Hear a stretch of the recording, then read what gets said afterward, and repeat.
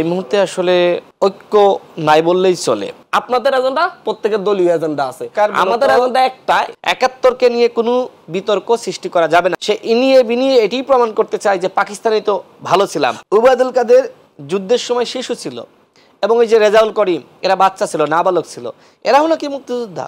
আসসালামু আলাইকুম প্রিয় দর্শক, শুভেচ্ছা সব প্রত্যেককে আমন্ত্রণ জানাচ্ছি মাই টিভি সংলাপে। দর্শক, সাথে রয়েছি আমি মাহবুব সৈকত। আমরা আজ আলোচনা করব ঐক্য এবং অনৈক্য। প্রিয় দর্শক, এক গোটা জাতি ঐক্যের মাধ্যমে ফ্যাসিবাদ বিদায় নিয়েছিল। 5ই আগস্ট থেকে শুরু হয়েছিল নতুন বাংলাদেশের নতুন করে অগ্রযাত্রা। কেটে গেছে অনেকটা দিন, কিন্তু এরই মধ্যে সাধারণ মানুষের ভিতরে কথা বলা শুরু হয়েছে যে ঐক্য কি অটুট রয়েছে দেশ গড়ার কাজে, নাকি কিছু কিছু জায়গায় ফাটল ধরেছে, অনৈক্য তৈরি হচ্ছে না। তো এসব বিষয়ে আমরা কথা বলবো। স্টুডিওতে উপস্থিত রয়েছেন আপনাদের পরিচিত মুখ, গণ অধিকার পরিষদের সাধারণ সম্পাদক রাশেদ খান, কোটা বিরোধী আন্দোলনের এক সময়ের যারা নেতৃত্ব দিয়েছেন অন্যতম একজন নেতা। রাশেদ খান, স্বাগত জানাচ্ছি। প্রিয় দর্শক, আমাদের মাঝে খুব সহসাই আশা করছি উপস্থিত হবেন বৈষম্য বিরোধী আন্দোলনের অন্যতম সংগঠক, মুখ্য সংগঠক আব্দুল হান্নান মাসুদ। আসার সাথে সাথে আমরা যুক্ত করে নিব। আমরা কথা বলবো রাশেদ খান আপনার সাথে। শিরোনাম শুনছিলেন ঐক্য অনৈক্য। সেখানে আমরা প্রথমেই আপনার কাছে আসলে জানতে চাই, নিশ্চয়ই এই যে বৈষম্য বিরোধী আন্দোলন শুরু হয়েছিল তার আগে এটি কোটা বিরোধী আন্দোলন, এবং এর সূত্রপাত হয়েছিল আপনাদের হাত ধরে, আপনারা নেতৃত্বে ছিলেন। প্রশ্ন হচ্ছে যে জুলাই বিপ্লব হলো, কেটে প্রায় 6 মাসের কাছাকাছি আমরা চলে যাচ্ছি। সেখানে এসে এই যে ফ্যাসিবাদ বিরোধী আন্দোলন যেটা ছিল, সেই আন্দোলনের ঐক্যটুকু কতটুকু আসলে আছে, আর মতৈক্য কিংবা অনৈক্য তৈরি কেন হচ্ছে? ধন্যবাদ আপনাকে। সকল দর্শককে গণ অধিকার পরিষদের পক্ষ থেকে শুভেচ্ছা। দেখেন, এই মুহূর্তে আসলে ঐক্য নাই বললেই চলে। আমরা দেখতে পাচ্ছি যে আমরা যারা রাজনৈতিক দল সংগঠন রয়েছি, আমাদের মতামতের পার্থক্য, এবং প্রত্যেকটা দল তার নিজস্ব যে কর্মসূচি, এজেন্ডা, সেটাতে আসলে বেশি মনোযোগ দিচ্ছে। আমরা দেখেছি যে অভ্যুত্থানের সময় সবার মধ্যে একটা ঐক্য ছিল। ঐক্যটা কি? শেখ হাসিনার পতন। এখন শেখ হাসিনার পতনের পরে বিশেষ করে যারা সামনে ছিল, তারা যদি চাইতো যে ঐক্যটা ধরে রাখবো, তাহলে সেটি সম্ভব ছিল। বিশেষ করে এই দায়িত্ব ছিল আসলে অন্তর্বর্তীকালীন সরকারের। কিন্তু এই সরকারের কয়েকজন উপদেষ্টার বিভিন্ন বক্তব্য, বিশেষ করে আপনার বিরাজনীতিকরণের বক্তব্য। একজন উপদেষ্টা বললেন যে 53 বছরে রাজনৈতিক দলগুলো কিছু করতে পারেনি, যা করার আমাদেরকেই করতে হবে। এবং অন্যান্য উপদেষ্টারা কেউ বলতে চায় যে আমরা 1.5 বছর থাকবো, কেউ বলে 2 বছর, মানে স্পেসিফিকভাবে আসলে কেউ কিছু বলছে না। রাজনৈতিক দলগুলোর প্রত্যাশা ছিল যে এই সরকার একটি রোডম্যাপ প্রকাশ করবে। এখনো পর্যন্ত আমরা দেখতে পাচ্ছি যে কোনো রোডম্যাপ প্রকাশ করা হয়নি। এই যে আমাদের সাথে অন্তর্বর্তীকালীন সরকারের দলগুলোর 3টা বৈঠক হয়েছে। দেখেন, এই বৈঠকগুলো খুবই সংক্ষিপ্ত সময়ের। বিশেষ করে একটি জাতীয় সংলাপ এই সরকার ডেকেছিল, ভারত ইস্যু, ভারত যে আগ্রাসন চালাচ্ছে এবং ভারত নানানভাবে অতীতে হস্তক্ষেপ করেছে। তো এই বিষয়গুলো নিয়ে একটি ঐক্যমতে কিন্তু জাতি আসলো, দলগুলো আসলো। কিন্তু বাকি যে বিষয়গুলো, আপনি কবে নির্বাচন দিবেন, আপনি কতটুকু সংস্কার করতে চান, আপনি কতদিন থাকতে চান, আপনার প্ল্যানটা কি, পরিকল্পনা কি, এগুলো যখন দলগুলো জানতে চায়, তখন এক ধরনের ধোঁয়াশা সৃষ্টি হয়। কখনো বলা হয় যে নির্বাচন 25 সালের শেষ বা 26-এর শুরুতে, আবার বলা হয় যে জুনের মধ্যে। তো জুনের এই সময়টাই তো আসলে রাস্তাঘাটে কাদা থাকে, বৃষ্টি থাকে। আপনি ওই সময় কি ইলেকশন করতে পারেন? এই যে রাজনীতি সম্পর্কে সেন্স না থাকা এবং এক এক ধরনের বক্তব্য দেওয়া, দলগুলোকে আস্থায় না রাখতে পারা, রোডম্যাপ ঘোষণা না করা, এই কারণেই কিন্তু এখন অনেকের সৃষ্টি হয়েছে। এখন দেখবেন যে জামাত, বিএনপি, গণ অধিকার পরিষদ এক টেবিলে বসালে কারোর মত কিন্তু এক হবে না। এখন এক একজন এক এক কথা বলবে। তো আমার মনে হয় যে আসলে যতটুকু ঐক্য আমাদের সৃষ্টি হয়েছিল, সেই ঐক্য আজকে ভেঙে পড়েছে, এবং এর দায় সম্পূর্ণ সরকারের। এটি না হয় সরকারের উপর দিচ্ছেন, কিন্তু আপনার এর দায় সকল সরকারের আপনারা বলছেন, কিন্তু আমরা দেখেছি যে আগস্টের আগে কিংবা জুলাইয়ের আগে আপনারা এই যে ফ্যাসিবাদ বিরোধী আন্দোলনে যারা একসাথে ছিলেন তারা বিভিন্ন ইস্যুতে একসাথে আপনারা কর্মসূচি পালন করেছেন, কোনো একটি বিষয়ে আপনারা কথা বলেছেন, কিন্তু আপনাদের মধ্যেও তো সেই ঐক্যবদ্ধভাবে আগামী বাংলাদেশ কি করে সাজাবেন, গোছাবেন, এগিয়ে নেবেন, রাজনৈতিক দলগুলোর মধ্যেও সেরকম কোনো বক্তব্য আমরা দেখছি না। দেখেন, আমরা যে ৪৩টি দল, বিএনপি, গণ অধিকার পরিষদ সহ আমরা ঐক্যবদ্ধভাবে হাসিনার বিরুদ্ধে লড়াই শুরু করেছি এবং এই লড়াইয়ের যে সামনে থেকে নেতৃত্ব দেওয়া সেটা ছাত্ররা দিয়েছে, এটি মানতে হবে।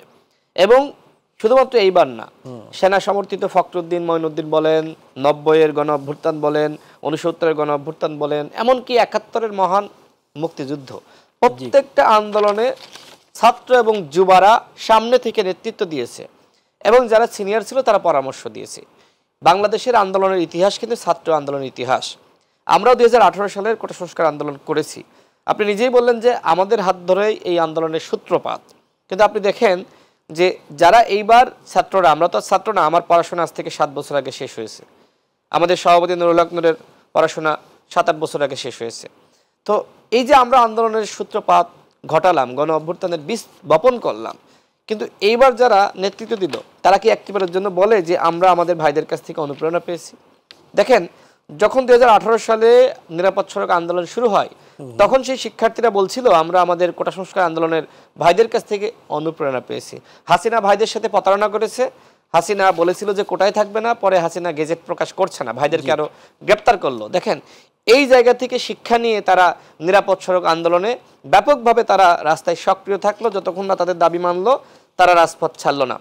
তো এই যে কোটা সংস্কার আন্দোলন, নিরাপদ সড়ক আন্দোলন পরবর্তী ছাত্র আন্দোলনের বীজ বপন করেছে, এই কথা কি বর্তমানের ছাত্র নেতারা স্বীকার করে? এই যে আপনি অন্যের অবদানকে অস্বীকার করা, অন্যকে ইতিহাস থেকে মুছে ফেলা, এই কাজগুলো করার কারণেই কিন্তু আজকে দেখেন একজন আরেকজনের সাথে কিন্তু মানে মতানৈক্য তৈরি হচ্ছে বা একমতে আসতে পারছে না। ঠিক একইভাবে, এটি আমি ছাত্র আন্দোলনের কথা বললাম, জাতীয় রাজনীতিতেও একই অবস্থা তৈরি হয়েছে। আজকে দেখেন যে বিএনপি, জামাত ইসলাম, ইসলামী আন্দোলন, গণ অধিকার পরিষদ, আমরা ঠিক আছে, আমরা যুগপথে সবাই হয়তো একসাথে ইসলামী আন্দোলন বা জামাত ইসলাম আমাদের সাথে ছিল না, কিন্তু তারপরেও আমরা একসাথে হাসিনার বিরুদ্ধে লড়াই করেছি। আপনাকে একটি ইতিহাস বলি, সেটি হলো অভ্যুত্থানের সময় যখন আমরা একটু স্পষ্ট হতে চাই। আপনি বলেছেন যে জামাত ইসলামী আপনাদের সাথে একসাথে ছিল না, যুগপথে ছিল না, কিন্তু আন্দোলনে আবার একসাথে মাঠে ছিলাম সবাই। আচ্ছা, তাদের জায়গা থেকে তারা আন্দোলন আলাদাভাবে করেছে, বিষয়টা কি এরকম? আলাদা না, একসাথেই ছিলাম। মনে করেন বিএনপি, জামাত ইসলামের কর্মীরা, সাধারণ মানুষ, ছাত্ররা সবাই তো একসাথে নেমেছে। অভ্যুত্থানের সময় তো আর আলাদা হওয়ার সুযোগ নাই। এখন কে জামাত কে বিএনপি এটা তো দেখার সময় ছিল না। হাসিনার বিরুদ্ধে আমরা সবাই এক একটা। তো আমি একটি ইতিহাস বলতে চেয়েছিলাম, সেটি হলো ৫ আগস্টের আগে যখন আপনার ৩-৪ দিন আগেই সম্ভবত জামাত ইসলামকে নিষিদ্ধ করা হলো, তখন বিএনপি স্থায়ী কমিটির সদস্য সালাউদ্দিন আহমেদ তিনি আমাকে বললেন, রাশেদ তুমি যেহেতু বাংলাদেশে আছো, দলগুলোর সাথে একটু কথা বলো, তোমাদের সাথে যাদের যোগাযোগ আছে তাদেরকে বলো যে জামাত ইসলামের যে নিবন্ধন না তাদেরকে নিষিদ্ধ করলো, এই বিষয়ে বিবৃতি দেওয়ার জন্য। তা আমরা সালাউদ্দিন ভাইয়ের সাথে কথা বলে আমরা বিবৃতি দিয়ে দিলাম। আমাদের সভাপতি নুরুল হক নূর তখন জেলে। দেখেন, বিএনপির নেতা তিনি, জামাতের সাথে তার কোনো সম্পর্ক নাই, তারপরেও তিনি বললেন যে সব দলগুলোকে বলো জামাতের পক্ষে বিবৃতি দেওয়ার জন্য। এই যে একমতে সেই সময় আমরা সবাই ছিলাম যে জামাত, যাদের বিরুদ্ধে কিন্তু স্বাধীনতা বিরোধিতার অভিযোগ রয়েছে, তারপরেও কিন্তু মানুষ ওই সময় ওইটা ভাবে নাই, দলগুলো ওইটা ভাবে নাই, এমনকি বিএনপিও ভাবে নাই। বিএনপির স্থায়ী কমিটির অন্যতম নেতা সালাউদ্দিন আহমেদ আমাকে এই কথা বলেছিলেন যে সবাইকে বিবৃতি দিতে বলো, সবাই কিন্তু দিয়েছে। আমি একটু ইন্টারাপ্ট করি, যেহেতু আপনি একা বলছেন, এখানে জামাতের প্রতিনিধি নেই, আমাদের দর্শকদের সুবিধার জন্য আমি একটু জিজ্ঞেস করি। এই যে আপনিও যেমন বললেন জামাতের বিরুদ্ধে অভিযোগ রয়েছে, এটি কি আপনি তাদের ব্যাপারে সেই অভিযোগ আমলে নিয়ে বলছেন? কারণ এই অভিযোগটা মনে করিয়ে দিচ্ছেন, তার মানে তাদেরকে তো একটু খোঁচা দিচ্ছেন যে তারা আসলে এটা আছে। দেখেন, মানে এটা যদি তাদের থেকে থাকে, তারা করে থাকে, যদি করে থাকে তাহলে একটা বিষয়। আরেকটা হচ্ছে যে না, তাদেরকে দমিয়ে রাখার জন্য এটা বলছেন, দুটো তো আলাদা বিষয়। দেখেন, ৭১-এ জামাতের রাজনৈতিক ভুল ছিল, রাজনৈতিক সিদ্ধান্তের ভুল ছিল। এখন সেই সিদ্ধান্ত কারা নিয়েছিল? ওই সময়কার জামাতের নেতারা। এখন এই কারণে তো এখন বর্তমানে যারা নেতৃত্ব দিচ্ছে, ছাত্র শিবির বলেন, জামাত বলেন, তাদেরকে আপনি স্বাধীনতা বিরোধী বলতে পারেন না। দলটির বিরুদ্ধে অভিযোগ, কিন্তু এখনকার নেতৃত্ব যারা, তাদের বিরুদ্ধে অভিযোগ না। তারা তো নিজেই বলছে যে আমরা 16ই ডিসেম্বরকে বিশ্বাস করি, আমরা 26শে মার্চ বিশ্বাস করি, স্বাধীনতাকে বিশ্বাস করি। এবং তাদের অনেক নেতার মুখে আমি শুনেছি যে ওই সময় আমাদের রাজনৈতিক নেতৃত্বের ভুল ছিল, এবং এই ভুল স্বীকার তারা অসংখ্যবার করেছে। আমি সেটাই বলছি। আপনার প্রশ্নে আসলে আপনি নিশ্চয়ই মেজর ডালিমের সম্প্রতি একটি সাক্ষাৎকার দেখেছেন। সেইখানটায় তার বক্তব্যের কিছু কিছু জায়গা কিন্তু জামাত নেতাদের বক্তব্যের সাথে মিলে যায়। তারা কেন, কোন প্রেক্ষাপটে তারা তখন রাজনৈতিকভাবে এই সিদ্ধান্তের পক্ষে ছিল না, সেটিকে কিভাবে বলবেন আপনি? দেখেন, মেজর ডালিমের যে 2 ঘন্টার বেশি অধিক সময় এত বড় বক্তব্য, আসলে মানুষ আমার খুব বেশি শোনার মতন আসলে মনোযোগ দিতে পারে না। আমি কিছুটা দেখার চেষ্টা করছিলাম। তো শুরুর দিকে তার যে বক্তব্য, তিনি কিন্তু স্বীকার করেছেন যে ওই সময় যারা পশ্চিম পাকিস্তানি ছিল তারা আমাদের উপরে শোষণ, নিপীড়ন, জুলুম, অত্যাচার করছিল। তার মানে যুদ্ধটা কেন হলো? কারণ আমরা যারা বাংলাদেশি ছিলাম, বা পূর্ব বাংলার বা পূর্ব পাকিস্তানের, আমাদের উপর কিন্তু ওই ধরনের যে সমতা, সাম্যতা, ন্যায় বিচার তারা কিন্তু নিশ্চিত করতে পারছিল না। সে যে দলটির ব্যাপারে আপনি বললেন, তারা কি অস্বীকার করেছে এই অভিযোগগুলো? তাদের কোথাও কোনো নেতৃবৃন্দ কি বলেছে যে পাকিস্তান জুলুম করেনি বাংলাদেশের উপরে? না, আমি তো এখনকার নেতাদেরকে দেখি যে তারা বলে যে পাকিস্তান ওই সময় জুলুম করেছে। তো আমি এই কারণেই বলছি যে দলটির বিরুদ্ধে অভিযোগ, ওই সময়কার নেতৃত্বের বিরুদ্ধে অভিযোগ, কিন্তু এখন যারা নেতৃত্বের জায়গায় তারা স্বাধীনতাকে বিশ্বাস করে। সুতরাং আপনি আপনার বাবা অপরাধ করেছে বলে সন্তানকে অপরাধী বলবেন, এটি হতে পারে না। তবে এটিও মানতে হবে যে এই স্বাধীনতা বিরোধী তকমা নিয়ে বাংলাদেশে কিন্তু জামাত খুব ভালো করতে পারে নাই। কারণ যে দলই ক্ষমতায় এসেছে সেই দলই কিন্তু তাদের এই অভিযোগ দিয়ে সবসময় কোণঠাসা করেছে। সুতরাং আমি মনে করি জামাত তার দলের সিদ্ধান্ত তারা নিবে যে তারা আসলে এই অভিযোগ আসলে কিভাবে ঘুচাবে। যেমন এখনো কিন্তু তাদের ঘায়েল করার জন্য এই স্বাধীনতা বিরোধী তকমাটা ব্যবহার করা হচ্ছে। তো আপনি যে মেজর ডালিমের প্রসঙ্গ আনলেন, সেটার বিষয়ে একটু ক্লিয়ার করি। তো তার বক্তব্য, শুরুর বক্তব্য দেখেন, তিনি নিজে স্বীকার করেছেন যে ওই সময় আমরা শোষণ, নিপীড়নের শিকার হচ্ছিলাম। তার মানে কি? তার মানে যুদ্ধ ছিল অনিবার্য, স্বাধীনতা ছিল অনিবার্য, এইটা নিয়ে কোনো বিতর্ক নাই। সুতরাং এখন যদি নানানভাবে নানান বক্তব্য দিয়ে আপনি বলেন যে স্বাধীনতা প্রয়োজন ছিল না, এটা ভারত তার স্বার্থে করিয়েছে, এটা আমি মানতে রাজি না। আপনি নিশ্চয়ই এখন দেখছেন যে এই অনিবার্য স্বাধীনতা ছিল বাংলাদেশের। সুতরাং কেউ যদি ইনিয়ে বিনিয়ে ওই পাকিস্তানের পক্ষে ছাপাই গায়, আমি মনে করি যে তার একটা রাজনৈতিক এজেন্ডা আছে, সেটা দেশীয় না, সেটা আন্তর্জাতিক চক্রান্ত তার মধ্যে আছে। সে ইনিয়ে বিনিয়ে এটি প্রমাণ করতে চায় যে পাকিস্তানে তো ভালো ছিলাম। যদি বিষয়টা এরকম হয়, শেষ করি, এরকম কি কেউ বলেছে হয়তো ভারতের আধিপত্যবাদের বিরুদ্ধে বলছে, কিন্তু পাকিস্তান ভালো ছিল, এই বক্তব্য মনে হয় না বাংলাদেশের কোনো মানুষ কিংবা কোনো রাজনৈতিক দল বলে। এখন কিছু কিছু মানুষ প্রমাণ করার চেষ্টা করছে যে আসলে আমরা পাকিস্তান আমলেই ভালো ছিলাম, ভারত তার স্বার্থে আমাদের 2 পাকিস্তান আলাদা করেছে যাতে করে আমাদেরকে শোষণ করতে পারে, এই ধরনের বয়ান সৃষ্টি করার চক্রান্ত করছে। কিন্তু আসলে বিষয়টা এরকম না। আপনি একবার কল্পনা করেন তো, আপনি একটি স্বাধীন ভূখণ্ড পেয়েছেন, আপনি একটি স্বাধীন দেশের নাগরিক, তো এইটা ভালো হইলো নাকি আসলে আপনি স্বায়ত্তশাসিত একটি ভূখণ্ডের নাগরিক হইতেন, সেটা ভালো হইলো? নিশ্চয়ই আপনি স্বাধীন দেশের নাগরিক, সেটা আপনার জন্য ভালো। সুতরাং অবশ্যই আমরা এখন ভালো আছি, আমরা অবশ্যই স্বাধীন দেশের নাগরিক হিসেবে আমরা গর্বিত। স্বাধীনতা নিয়ে কোনো প্রশ্ন তৈরি করছে তো এখন নানান মহল তৈরি করছে, পাকিস্তানপন্থী সাজার চেষ্টা করছে, কিন্তু এইটা আসলে করা যাবে না। এইটার মাধ্যমে স্বাধীনতার যে মহত্ব সেটাকে দুর্বল করার একটি চক্রান্ত চলছে। আমি এই দেশের তরুণ প্রজন্মকে বলবো, সাধারণ মানুষকে বলবো, 71কে নিয়ে বিতর্ক সৃষ্টি করার পায়তারা আপনারা রুখে দেন। 71কে নিয়ে কোনো বিতর্ক সৃষ্টি করা যাবে না। যদি আপনি বিতর্ক সৃষ্টি করেন তাহলে আপনাকে কিন্তু মনে রাখতে হবে এই ভূখণ্ডকে আপনি অস্বীকার করছেন। কিন্তু 71কে নিয়ে বিতর্ক না হলেও স্বাধীনতার বা 71-এর মূল যে আমাদের যে ইতিহাস, সেই ইতিহাস নিয়ে তো ধোঁয়াশা এখনো রয়ে গেছে, এবং ইতিহাস কালে কালে পরিবর্তনও হচ্ছে, সঠিকটা পাচ্ছে না। এটাই তো সত্য কথা, এইটাই মূল কথা, যে 71-এর যে ইতিহাস, সেই ইতিহাস আসলে আমরা কেউ জানি না। এখন আপনি বলেন, 71-এ বলা হচ্ছে যে শেখ মুজিব বলল যে 30 লাখ মানুষ শহীদ হয়েছে।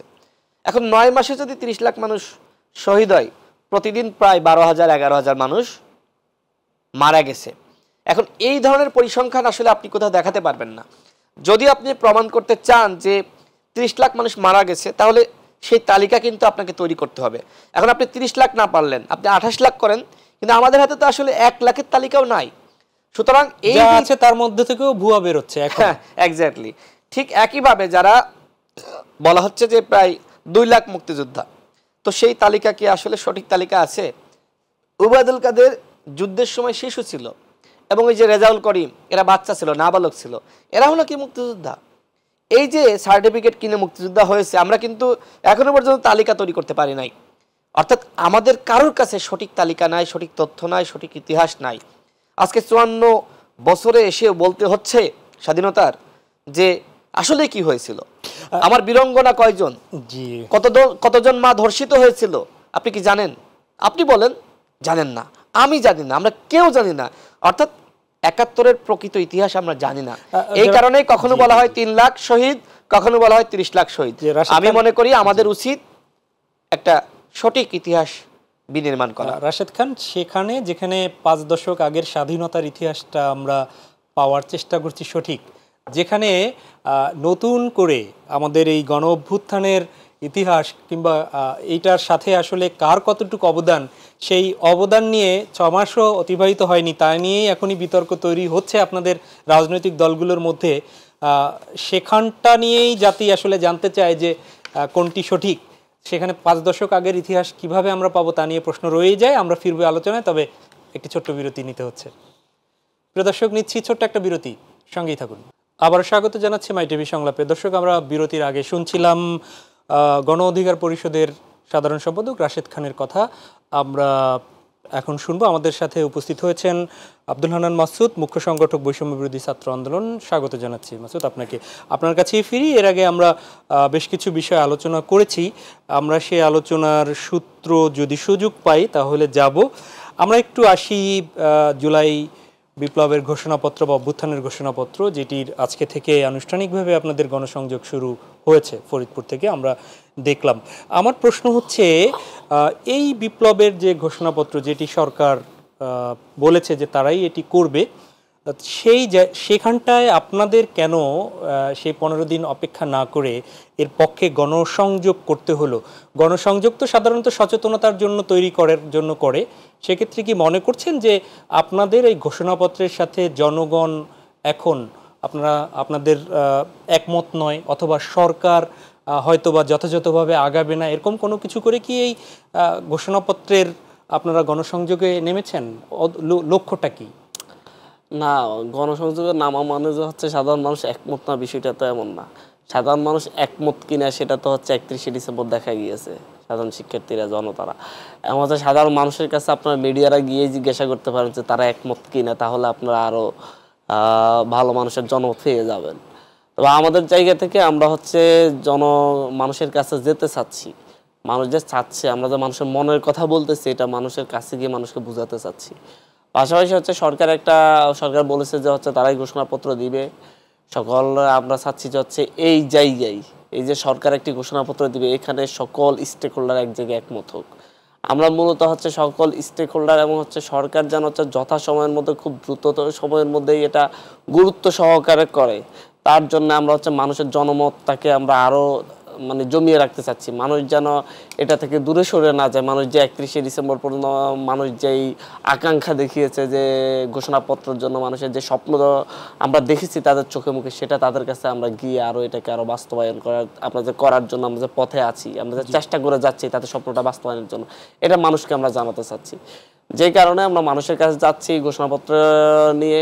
হচ্ছে কেমন ঘোষণাপত্র চাই, মানুষের মুখের ভাষাটা, মানুষের মনের আকাঙ্ক্ষাটা যেন ঘোষণাপত্রের জায়গা করে নেয়, আমরা মানুষের সাথে কথা বলতে চাচ্ছি। এটা জাস্ট হচ্ছে লিফলেট বিতরণ কর্মসূচি এমন, আমরা মানুষের কাছে দৌড়ে গিয়ে, মানুষের দরজায় গিয়ে, মানুষের কাছে গিয়ে আমরা মানুষের কথা শুনতে চাচ্ছি, তারা কী চাচ্ছে ঘোষণাপত্রের মাধ্যমে, তাদের ভবিষ্যৎ আকাঙ্ক্ষার কথাটা কি, যেটা আমাদের ঘোষণাপত্রের মধ্যে আমরা যখন হচ্ছে সরকারের কাছে কোনো একটা প্রস্তাবনা দিতে হবে, তখন আমরা সেই প্রস্তাবনার মধ্যে মানুষের সেই মনের ভাষাটাকে যেন আমরা হচ্ছে এখানে জায়গা করে দিতে পারি। আমরা এই জন্য মানুষের ধারে ধারে যাচ্ছি। আপনি বলেছেন এর আগে সকল স্টেক হোল্ডার যাতে একমত হন। এখন সকল স্টেক হোল্ডার ফ্যাসিবাদ বিরোধী আন্দোলনে একমত ছিল। এই ঘোষণাপত্রের জায়গা থেকে আপনাদের কি মনে হয়েছে যে একমত এখনো নন কোনো বিষয়, এরকম কি মনে হয়েছে কোনো বিষয়ে স্টেক হোল্ডাররা? না, আমরা কি কথা হয়েছে তাদের? আমরা একমত নন সেটা বলছি না, তবে হচ্ছে আমরা 2 মাস আগ থেকে ঘোষণাপত্র নিয়ে কাজ করছি। আমরা ওনাদের কাছে গিয়েছি, ওনারা বিভিন্ন কারণ দেখিয়ে আমাদের এটা থেকে দমিয়ে রাখতে চেষ্টা করেছেন। অনেক ক্ষেত্রে আমরা বিভিন্ন স্টেক হোল্ডারদেরকে বলতেছি, কোনো স্পেসিফিক কাউকে বলছি না। হচ্ছে আমাদেরকে বলা হয়েছে যে হচ্ছে আমরা নিজেদের মধ্যে আলাপ আলোচনা করে আপনাদেরকে জানাবো, আপনাদের সাথে আবার বসবো, কিন্তু পরবর্তীতে তারা আমাদের সাথে বসেন না এবং হচ্ছে আলাপ আলোচনা করেছেন কিনা আমরা সেটাও জানি না। এই ব্যাপারে ওনাদের একটা অনাগ্রহ আমরা দেখেছি। আপনারা দেখেছেন যে হচ্ছে ঘোষণাপত্র নিয়ে যখন আমরা কথা বলছি, ঘোষণাপত্রের জন্য আমরা 31শে ডিসেম্বর একটি কর্মসূচি নিয়েছি, তখন দেখা গেছে বিভিন্ন জায়গা থেকে এটার বিরুদ্ধেও কথা বলা হয়েছে, ঘোষণাপত্রের প্রয়োজনীয়তা নিয়ে কথা বলা হয়েছে, প্রশ্ন তোলা হয়েছে। বাট মানুষ যখন হচ্ছে আপনার চতুর্দিক থেকে আসা শুরু করছে, আসবে এমন একটা পূর্বাভাস পেল, তখন হচ্ছে সকলে একটু নমনীয় হয়েছে যে হচ্ছে ঠিক আছে, তাহলে এই ঘোষণাপত্র যদি শুধু মানে হচ্ছে আমাদের জায়গা থেকে যদি বৈষম্যবিরোধী ছাত্র আন্দোলন যারা হচ্ছে গণঅভ্যুত্থানের নেতৃত্ব দিয়েছে তারা যদি দিয়ে দেয়, তাহলে হচ্ছে সেখানে রাজনৈতিক দলগুলা বা হচ্ছে বিভিন্ন স্টেক হোল্ডারগুলো যদি অংশ না নেয়, তারা যদি এটাকে বর্জন করে, তাহলে ইতিহাসের কাছে তারা দায়বদ্ধ হয়ে যাবে। সেই জায়গা থেকে তারা এতে মোটামুটি সরকারকে পজিটিভ আনসার দিয়েছে যে হচ্ছে সরকারের কাছে দ্বারস্থ হয়েছে তারাই, যে হচ্ছে আপনারাই উদ্যোগ নেন, আমরা আপনাদের সাথে এই জায়গায় যাব। তো সরকার উদ্যোগ নিয়েছে, আমরা সেটাকে স্বাগত জানিয়েছি। আমরা মনে করছি যে হচ্ছে বিভিন্ন ধরনের এটা নিয়ে বিভিন্ন ধরনের ষড়যন্ত্র হতে পারে, অনেকেই না চাইতে পারে, আবার বিভিন্ন দেশি বিদেশি শক্তিও না চাইতে পারে যে হচ্ছে ঘোষণাপত্রটা হোক, কারণ এটা একটা হিস্ট্রিক্যাল ডকুমেন্ট এবং হচ্ছে সরকারের পক্ষ থেকে যে ঘোষণাপত্রটা দেয়া হবে সেটা অবশ্যই সংবিধানে যাবে এবং হচ্ছে সংবিধানের যে সকল অনুচ্ছেদগুলো হচ্ছে আপনার ঘোষণাপত্রের আকাঙ্ক্ষার বাইরে যাবে সেগুলো অটোমেটিক্যালি আপনার স্থগিত হয়ে যাবে। তো সেই জায়গা থেকে হচ্ছে এই বিষয়টার উপর হচ্ছে বিভিন্ন দেশি বিদেশি শক্তি অনেক ক্ষেত্রেই চাইবে না যে হচ্ছে ঘোষণাপত্রটা হোক, আবার বাংলাদেশের মানুষ নতুনভাবে স্বপ্ন দেখুক, যারা আমাদের উপর মানে হচ্ছে তাদের প্রভুত্ব করতে চায়, যারা আমাদেরকে তাদের বন্ধুর চাইতে প্রভুত্বগিরি প্রদর্শন করতে চায়, তারা এটা চাইবে না। তো সেই জায়গায় আমরা হচ্ছে মানুষের কাছ থেকে মাটি থেকে আমরা একটা চাপ রাখতে চাচ্ছি যে এটা একটা চাপ সৃষ্টি হয়ে থাকবে, যার কারণে কেউ চাইলেই বিদেশি শক্তির প্রভাবে দেশের কেউ চাইলে এটা বিরোধিতা করতে পারবে না। আপনি আপনার বক্তব্যের মধ্যে স্টেক হোল্ডার উল্লেখ করেছেন, রাজনৈতিক দলগুলো।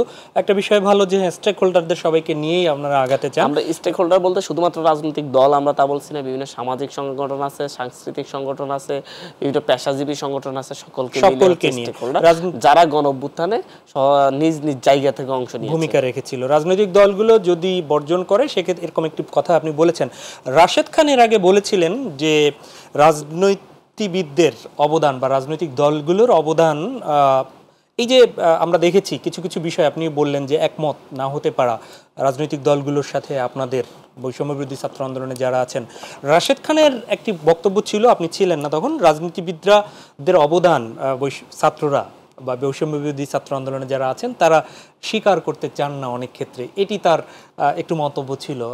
না, রাশেদ ভাইও তো ছাত্র, রাশেদ ভাই ছাত্রদের জায়গা থেকে এখন রাজনীতিবিদ হয়ে উঠেছেন, যার কারণে একজন রাজনীতিবিদদের মতোই কথা বলছেন। কিন্তু আমরা ভাবছিলাম যে রাশেদ ভাই আমাদের ছাত্রদের পাশেই দাঁড়াবেন, যেহেতু হচ্ছে উনিও আমাদের ছাত্র নেতা ছিলেন, আমাদের নেতা ছিলেন। তো হচ্ছে এই জায়গা থেকে হচ্ছে রাজনীতিবিদদের অবদান অস্বীকার করার কিছু নেই, প্রতিটা ইতিহাসে লিপিবদ্ধ থাকবে। এনে কেউ কারো অবদান অস্বীকার করতে পারবে না, কেউ কাউকে ছোট করেও দেখতে পারবে না। কিন্তু আপনাকে একটা জায়গায় মনে রাখতে হবে যে যদি রাজনৈতিক নিজের দলীয় এজেন্ডা বাস্তবায়ন যদি হচ্ছে জুলাই গণঅভ্যুত্থানের আকাঙ্ক্ষার চাইতে প্রায়োরিটি পাই, তখন তো অবশ্যই আমরা সেই ক্ষেত্রে জুলাই গণঅভ্যুত্থানের আকাঙ্ক্ষাকে আমরা বেশি প্রায়োরিটি দিব। সেই রাজনৈতিক দলটা তো আমরা করতেছি না, আমরা তো সেই রাজনৈতিক দলের কর্মী বা সমর্থক না। আমরা কেন সেই রাজনৈতিক দলের যেই দলীয় এজেন্ডা সেটাকে আমরা প্রাধান্য দিব? তো এই জায়গা থেকে একটু কনফ্লিক্ট হতেই পারে, কিন্তু আমাদের কাছে সব কিছুর মূল হচ্ছে জুলাই গণঅভ্যুত্থানে আমরা যেই একটা বাক্যের মধ্যে 3টে বিষয় এনে আমরা মানুষকে ঐক্যবদ্ধ করছি, রাস্তায় নামিয়ে এনেছি, আমরা সেই জায়গায় থাকতে চাচ্ছি। আমাদের সেটার জন্য কি কি করতে হবে, আমরা সেই জায়গায় রাজনৈতিক দলগুলোর সমর্থন চাচ্ছি। যেমন আমরা হচ্ছে আপনার এক দফার প্রথম অংশ ফ্যাসিস্ট হাসিনার পতন, তো ফ্যাসিস্ট হাসিনার পতন পর্যন্ত যেমন ওনারা আমাদেরকে সঙ্গ দিয়েছেন, আমরা ঠিক একইভাবে হচ্ছে ফ্যাসিলিটি ব্যবস্থা বিলোপের জন্য আমরা যেই কাজগুলো করা দরকার সেই ক্ষেত্রে আমরা ওনাদের সমর্থনের জন্য ওনাদের দ্বারে গিয়েছি। তাহলে কেন আমরা ওনাদেরকে মানে হচ্ছে গুরুত্ব দিচ্ছি না বা হচ্ছে ইয়াটাকে ওনাদের অবদানকে খাটো করে দেখছি এমনটা তো না। আমরা ফ্যাসিলিটি ব্যবস্থা বিলোপের জন্য আমরা কয়েকটি কথা বলেছি। আমরা বলেছি বঙ্গভবন থেকে শুরু করে সচিবালয় পর্যন্ত প্রত্যেকটি জায়গায় সচিবালয় এবং হচ্ছে এমনকি স্কুল কলেজ পর্যন্ত প্রতিটা জায়গায় ফ্যাসিস্টের যত দোসরগুলো আছে প্রত্যেকে মিলে আসেন একসাথে দোসরগুলোকে এখান থেকে সরাই। কিন্তু দেখা যাচ্ছে যে বিভিন্ন রাজনৈতিক গোষ্ঠী বিভিন্ন জন এদেরকে মানে হচ্ছে দিচ্ছে, আপনার হচ্ছে এদেরকে আপনার সমর্থন দিয়ে যাচ্ছে, এদেরকে মূলত হচ্ছে সেফটি দিয়ে যাচ্ছে, যে হচ্ছে না কেউ কারো আত্মীয় হয়ে যাচ্ছে, কেউ কারো খালাতো ভাই হয়ে যাচ্ছে, কেউ কারো মামাতো ভাই হয়ে যাচ্ছে, কেউ কারো চাচাতো বোনের ফুফাতো ভাই হয়ে যাচ্ছে, তো চাচাতো বোনের খালাতো ভাই বোন হয়ে যাচ্ছে।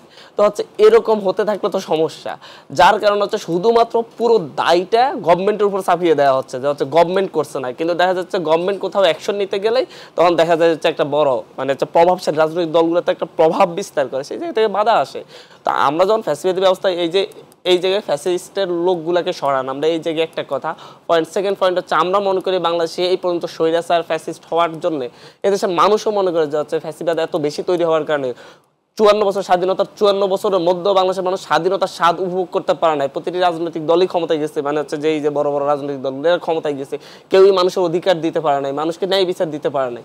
এর মেইন কারণটা হিসেবে আমরা মনে করি ভারতীয় মদদে বাংলাদেশের মানুষের ঘাড়ের যে সংবিধানটা ছাপিয়ে দেওয়া হয়েছে সেই সংবিধান। কারণ আমি জন্মের পর থেকে আমি আমার অধিকার পাইনি, আমি তো সংবিধানকে দোষারোপ করবোই। আমরা বলছি যে এই সংবিধান বাদ দিয়ে আপনারা সবাই বসেই একটা গণপরিষদ করেন, ভোট হোক, গণপরিষদ করলে তো সেই রাজনৈতিক দলগুলাই যাবে গণপরিষদে, তারা বসে একটি সংবিধান রচনা করুক, ওই সংবিধানের ভালোগুলো থাকুক, খারাপগুলো বাদ যাক, নতুন আসুক। মানে আমরা একটা সিম্বল হিসেবে ফ্যাসিস্টের ওটাকে সরাতে বলতেছি। আমরা বলতেছি একটি গণপরিষদ হোক। আমরা এই জাতীয় আমরা যে কথাগুলো বলতেছি আসলে ওনারা এখানে তো সমর্থন দিচ্ছে না, কিন্তু কি কারণে সমর্থন দিচ্ছে না সেটাও আমাদেরকে স্পষ্ট করে না। জাস্ট হচ্ছে কথাই যে হচ্ছে মুক্তিযুদ্ধের চেতনা অনেক এখন হচ্ছে আগে ফ্যাসিস্ট হাসিনার আওয়ামী লীগের মতো বলা শুরু করে যাচ্ছে। সংবিধান নিয়ে যখন তত্ত্বাবধায়ক সরকার নিয়ে প্রশ্ন তোলা হতো তখন বলতো 72-এর সংবিধান, মুক্তিযুদ্ধের চেতনা সংবিধান, এটা থেকে দূরে সরা যাবে না। এখন দেখা যাচ্ছে অন্য আর একটি গোষ্ঠী এখন কথাই যখন আমরা 72-এর সংবিধান নিয়ে সমালোচনা করি তখন বলে যে এটা মুক্তিযুদ্ধ গহমান করা হয়, মুক্তিযুদ্ধের চেতনা গহমান করা হয়। তাহলে তো আমাদের মনে প্রশ্ন থেকে আসলে ওনারা চাচ্ছেনটা কি, আমাদেরকে স্পষ্ট করতে হবে কেন এটা রাখতেই হবে। কেন গণপরিষদের মাধ্যমে নতুন সংবিধান রচনা করা যাবে না এত রক্তের বিনিময়ে, কেন হচ্ছে চুপকে রাখতেই হবে। রাজনৈতিক ঐক্যমতের মাধ্যমে আমরা ফ্যাসিস্ট হাসিনাকে ফেলে দিয়েছি, বিচারপতিদেরকে সরিয়েছি যারা হচ্ছে সবাই মিলে রাজনৈতিক ঐক্যমতের ভিত্তিতে আমরা সংবিধানের বাইরে গিয়ে একটা সবাই মিলে একটা ন্যাশনাল কনসাসনেসের মাধ্যমে একটা তত্ত্বাবধায়ক সরকার ব্যবস্থা ইন্টারিম গভর্নমেন্ট আমরা বসিয়েছি, যেটা কোনো ইয়েতে ছিল। তাহলে সেই একটা আপনার ন্যাশনাল কনসাসনেস তৈরি করে কেন আমরা ফ্যাসিস্টের সিম্বল চুপকে সরাতে পারছি না, যে দেশের মাথার উপর বসে আছে একটা রাষ্ট্রের। মানে এই জায়গাগুলোতে মূলত হচ্ছে ঠুনকো কিছু জায়গায় আপনার চাচ্ছে না। নতুন রাজনৈতিক বন্দোবস্তের কথা বললে গায়ে জলে ধরে। আমরা বলি যে হচ্ছে কেন ছাত্র সংসদ ইলেকশনগুলো হবে না, বলে যে হচ্ছে এখন সময় নেই। তাই এইবার যদি যে ছাত্র সংসদ ইলেকশন না হয় আর কখনো হবে না, মানে হচ্ছে সেই গণরুম গেস্ট রুমের কালচার থেকে বের হতে পারবে না। নতুন রাজনৈতিক বন্দোবস্তের কথা বললো গায়ে জ্বালা ধরে, কেন হচ্ছে নতুন রাজনৈতিক বন্দোবস্ত আমরা চাইবো। তাহলে যদি এই জায়গায় যদি রাজনৈতিক দলগুলো যদি মনে করে তারা আগের মতো করে আগের স্টাইলে রাজনীতি করে যাবে, এই ক্ষেত্রে ছাত্ররা বাধা হয়ে দাঁড়াচ্ছে, তাহলে আপনার এই ক্ষেত্রে তারা এটাকে উল্টোভাবে দেখায় যে হচ্ছে তাদের অবদানকে খাটো করা হয়েছে। আমরা সব সময় ওনাদের বিগত যে অবদান মানে হচ্ছে এই দেশের জন্য, এই দেশের মানুষের জন্য প্রতিটি রাজনৈতিক দলের অবদানকে আমরা স্বীকার করি এবং তাদের নেতৃবৃন্দের অবদানকে স্বীকার করি। আমি একটু রাশেদ খান আপনার কাছে আসি। ফ্যাসিবাদী ব্যবস্থার বিলুপ্তি করার বিষয়ে বলেছেন হান্নান মাসুদ, সমর্থন দিচ্ছে না রাজনৈতিক দলগুলো, অনেক রাজনৈতিক দল এবং অনেকগুলো বিষয় বলেছে, আপনি শুনেছেন, আপনার কথা শুনতে চাই। ধন্যবাদ। হ্যাঁ, হান্নান মাসুদ ঠিকই বলেছে। আসলে তারা এই মুহূর্তে তারা রাজনৈতিক দলগুলোর সমর্থন যেভাবে তারা প্রত্যাশা করে সেভাবে তারা পাচ্ছে না। তাহলে পাওয়ার উপায়টা কি সেটাও কিন্তু তাদেরকে জানতে হবে। মাসুদ যেটা বললো যে 2 মাস ধরে তারা দলগুলোর কাছে গিয়েছে ঘোষণাপত্রের জন্য, এই তথ্য আসলে আমার জানা নাই, আমাদের দলের কাছে যায়নি। আমি আপনাদের কাছে বাস্তবতা নিয়ে আপনার সাথে 2-2বার মিটিং করছি ভাই, আপনিও ছিলেন। এইটা নিয়ে আমি যে সাধারণ সম্পাদক 5 দফা দিয়েছি, তখন আপনাদের অফিসে গিয়ে আপনাদের সাথে কথা বলে এসেছি 2-2বার। আপনি এটা কিভাবে বলেন? আমি সেটাতে আসছি, হয়তো শিরোনাম সেখানে সেই বিষয়টা ছিল রাষ্ট্রপতির অপসারণ 5 দফা। আমি শেষ করি। সেখানে ঘোষণাপত্রের কোনো কথা ছিল না। 5 দফার একটা দফা, 5 দফা ছিল, সেখানে ঘোষণাপত্রের কোনো প্রসঙ্গ ছিল না। এখন ছিল না, এখন হঠাৎ করে যদি মাসুদের মাথায় উদয় হয় যে ঘোষণাপত্র, তো আপনার তো বুঝতে হবে যে আপনি কি করতে চান। আপনি শুরুতেই যখন এই সরকার শপথ নিল, আপনার দরকার ছিল এই সংবিধানের অধীনে আপনি কেন শপথ নিলেন? 3 জন ছাত্র উপদেষ্টা মাসুদদের প্রতিনিধি তারা শপথ নিয়েছে কোন সংবিধান মেনে? এই বর্তমান যে সংবিধান মেনে এখন রাষ্ট্র চলছে। আপনি কি বলতে পারবেন যে বাংলাদেশে এখন সংবিধান নাই? সংবিধান তো আছে। এই সংবিধান মেনেই যখন আপনি শপথ নিয়েছেন, এই সরকার তো এই সংবিধান সংরক্ষণ করতে অঙ্গীকারবদ্ধ। অর্থাৎ ভুল কিন্তু ওই সময় হয়ে গেছে, তো ভুলের খেসারত তো আসলে দেওয়া যায় না। এই কারণেই কিন্তু সমস্যাগুলো হচ্ছে।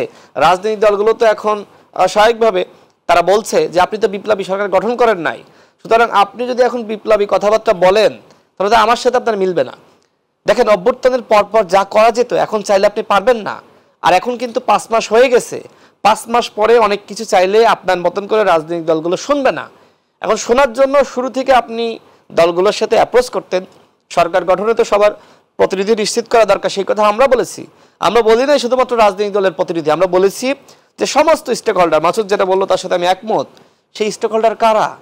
প্রাইভেট বিশ্ববিদ্যালয়ের শিক্ষার্থীরা, 7 কলেজের শিক্ষার্থীরা, মাদ্রাসার শিক্ষার্থীরা, সাংবাদিকরা, শিল্পী সাংস্কৃতিক কর্মীরা, রাজনৈতিক কর্মীরা, সবার সমন্বয়ে একটি সরকার গঠন করলে এই সমস্যাগুলো এখন হতো না। যখন সবার প্রতিনিধি সরকারে থাকতো, সবাই মিলে কিন্তু এই যে ঘোষণাপত্র বলেন, সংবিধান সংস্কার বলেন, রাষ্ট্রপতিকে রাখতে হবে নাকি সরিয়ে দিতে হবে, এই সমস্যাগুলো কিন্তু সহজে সমাধান হতো। তা আমাদের এই অল্প বয়সেই আমরা রাজনীতি করছি, বয়সটা খুব বেশি না, এই মাথায় যদি এইগুলো আসে তাহলে যারা বড় বড় ওরা শপথ দিল, শুধুমাত্র তো নাহিদ, মাহফুজ বা আসিফ না, আরও তো বড় বড় মাথাওয়ালারা তো শপথ নিয়েছে, তাদের মাথায় এগুলো কেন আসলো না? আমার প্রশ্ন সেইখানে। আমি সেই জায়গায় বলবো যে হ্যাঁ, ঘোষণাপত্র কি এটা আপনাকে বুঝতে হবে। ঘোষণাপত্র আজকে নাজমুল হক প্রধান, আপনি নিশ্চয়ই চিনেন, আজকে সিরাজুল আলম খান দাদাভাইয়ের একটা জন্মবার্ষিকী, সেই অনুষ্ঠানে আমি ছিলাম। সেখানে তিনি বক্তব্য রাখলেন যে ঘোষণাপত্র তো আমরা 69-এর আগে আমরা ঘোষণাপত্র দিয়েছি, আমরা 71-এর আগে দিয়েছি, আমরা 90-এর আগে দিয়েছি, আমরা কি চাই। কিন্তু এখন যদি ছাত্ররা এসে সবকিছু উল্টিয়ে দেয় যে ঘোষণাপত্র আসলে স্বাধীনতা হয়ে যাওয়ার পরে, তখন তো আসলে হয় না স্বাধীনতা। রাশেদ খান, আমি একটু আপনাকে থামাই। সেটি হচ্ছে যে ঘোষণাপত্রে বৈষম্য বিরোধী ছাত্র আন্দোলন যেগুলো দিয়েছে সেইগুলোর সবগুলোর সাথে তো আর রাজনৈতিক দলগুলোর বিরোধ নেই, দেখেন নাকি? আমি বলি, আপনারা কি কোনো কোনো বিষয়ের একমত আসতে পারলেন যে ঠিক আছে আমাদের এই টু দা পয়েন্টে এই 3টার ব্যাপারে আমরা একমত নই, এবং সেগুলোর জন্য ন্যাশনাল ডায়ালগ আয়োজনের কোনো চিন্তা বড় দলগুলোকে নিয়ে, সেটাও তো হতে পারে। আপনারা কি এরকম কিছু ভেবেছেন কিনা?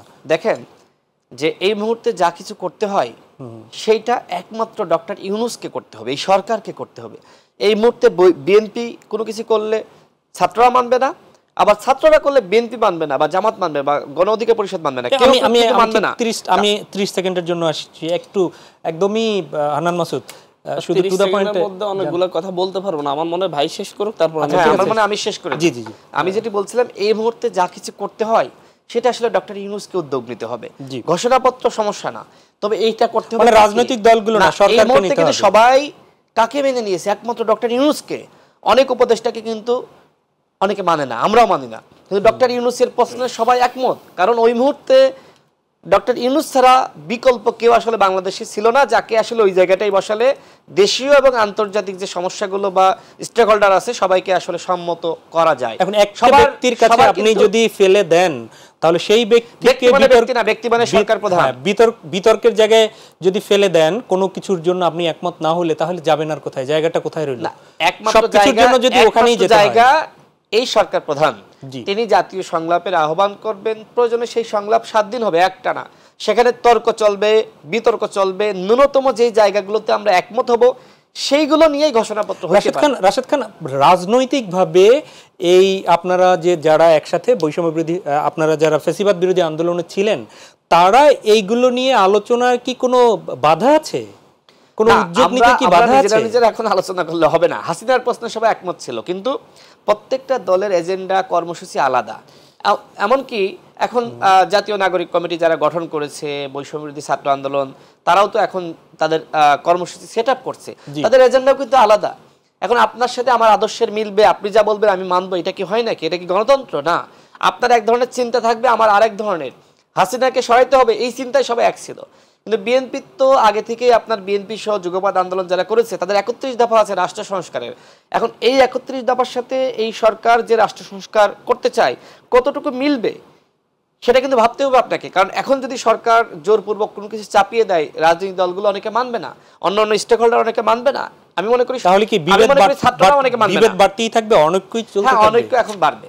এখন আপনি কোনোভাবেই যেহেতু ঐক্য আপনি শুরুতে ধরে রাখতে পারেন নাই, এখন খুব সহজে আসলে ঐক্য আপনি আর তৈরি করতে পারবেন না। আমি হান্নান মাসুদের কাছে একটু ফিরছি। না, আপনার কাছে একদম স্পষ্ট। ভাই তো বললো হাসিনার প্রশ্নে একমত ছিল, এখন রাজনৈতিক দলগুলো আলাদা এজেন্ডা আছে। ভাইয়ের কথা থেকে স্পষ্ট।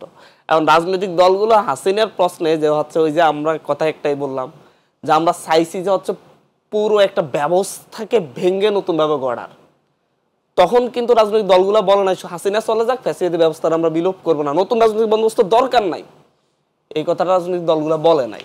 এখন আইসা বলছে হাসিনা প্রশ্নে একমত, রাজনৈতিক দলগুলোর আলাদা এজেন্ডা রয়েছে। বাস্তবেই হাসিনার পরে আসলে যে ফ্যাসিলিটি ব্যবস্থা পুরোটা ভেঙে নতুনভাবে গড়তে হলে যে বাংলাদেশের অনেক রাজনৈতিক দল তাদের যে অবস্থান আছে সেই অবস্থানটা হারাবে, সেই জায়গাতে রাজনৈতিক দলগুলো ভয় পাচ্ছে।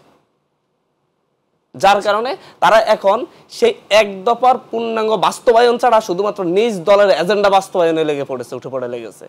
কিন্তু সবার আগে উচিত ছিল আসো সবাই মিলে, আমরা যখন বলেছি আমরাও ডেকেছি, আমরা আগে সেই এক দফার পূর্ণাঙ্গ বাস্তবায়ন করি, তারপর নিজস্ব রাজনৈতিক এজেন্ডাগুলো বাস্তবায়ন করি। সেই জায়গায় রাজনৈতিক নাই, কথাই স্পষ্ট। সংবিধান আপনাদের বিরুদ্ধে কেন যাচ্ছে এখন? কথা হচ্ছে কারণ হচ্ছে সবাই তো আপনি তো বললেন আপনাদের নিজস্ব এজেন্ডা আছে। আমি বলছি আপনি একাই ভালো, সবাই খারাপ। না না, আপনি কি এটা মনে করেন? না, আমি একা ভালো বলছি না, আমরা আমাদের সেই এজেন্ডা আছে। আমাদের এজেন্ডা একটা, এই সরকার আমাদের এজেন্ডা একটা, এক দফার বাস্তবায়ন। দলগুলোকে আস্থায় রাখতে পারেন। আমি তো বলতেছি আমাদের আপনাকে মানতে হবে। আপনারা আস্থায় থাকতেছেন না, কারণ হচ্ছে আপনাদের রাজনৈতিক এজেন্ডার বাইরে চলে যাচ্ছে। আমাদের এজেন্ডা একটা, এক দফা। আপনাদের এজেন্ডা প্রত্যেকের দলীয় এজেন্ডা আছে, যার কারণে এখানে আপনি যখন দল করবেন আপনারা অপেক্ষা করেন, ফেব্রুয়ারিতে দল করবেন না, দেখা যাক দল এখন দেখেন আপনারা এখন কি হয়। আমার দলের এজেন্ডা থাকুক, কিন্তু হচ্ছে যখন আপনি এক দফা একমত হইছেন, কিন্তু আপনি এখন বলছেন হাসিনা প্রশ্নে একমত ছিল, এখন দলীয় এজেন্ডা আছে। হাসিনা প্রশ্নে একমত, বাকিগুলোর প্রশ্নে একমত ছিল না। এগুলো তো আপনি স্পেসিফিক বলেন না, আপনি কি বলছিলেন? এই জায়গায় আমি যখন বলি ভাই কয়েকটা কথা স্পষ্টত মানে উত্তরগুলো দিয়ে দিয়েছেন।